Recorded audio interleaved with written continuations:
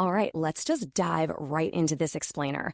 Today, we're unpacking the hidden engine of success, mastering the self-fulfilling prophecy. We're looking at a phenomenon that literally dictates our daily success, way more than raw talent or blind luck ever could. Because, we always want to blame our wins and losses on outside forces, right? But the absolute most powerful architect of your reality, it's sitting right there, right between your ears. It's your own expectations. Okay, so think about this. What if fear is actually an instruction? We all know that awful feeling, waking up just expecting a terrible day, or totally dreading a big job interview. You're about to walk into the room and that annoying little voice in your head whispers, "Oh, you're definitely going to blow this."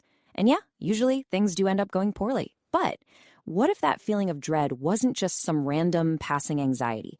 What if it was literally a subconscious instruction you were handing to yourself? Like, what if your brain actually took that fear as a hard command to execute? Crazy to think about, right? And that brings us to the core of it, this self-fulfilling prophecy.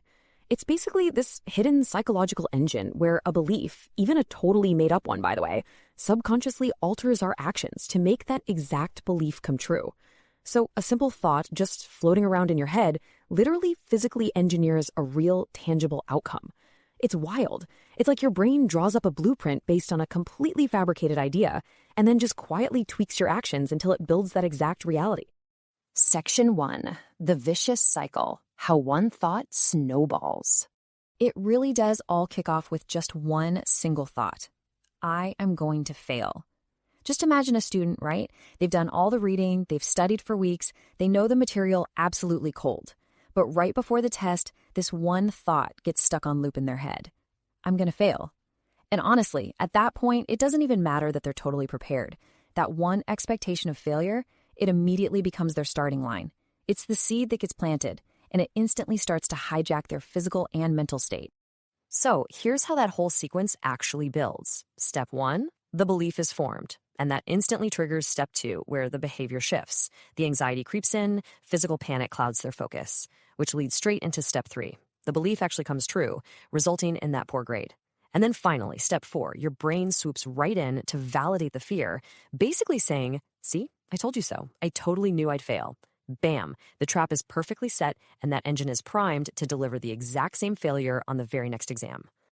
Moving on to section 2, the workplace ripple effect. Contagious expectations.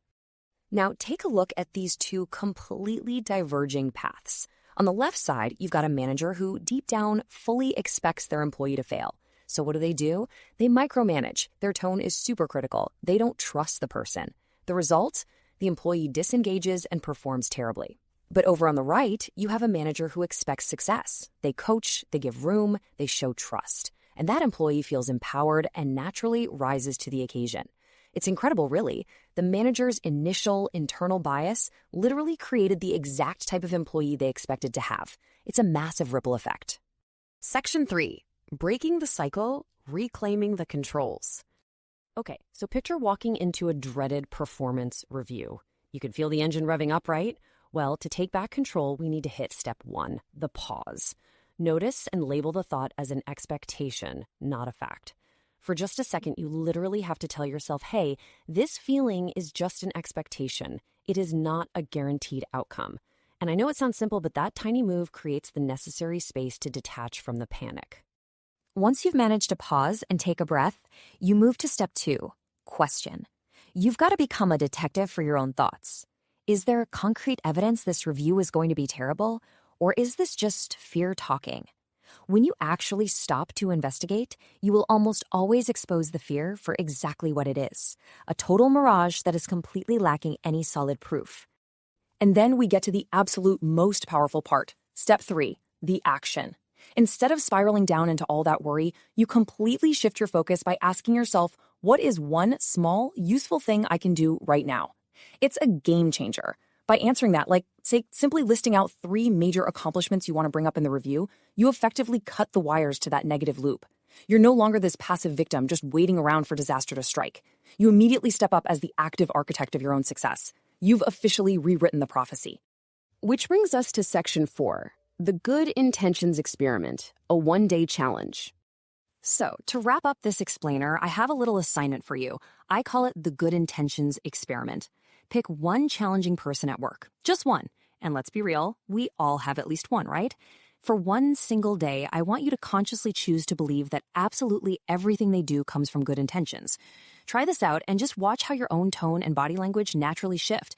And more importantly, observe if their response to you instantly changes too. You might be totally mind blown by how fast a dynamic transforms when you simply change your baseline expectation of the other person. At the end of the day, your reality just isn't something that randomly happens to you.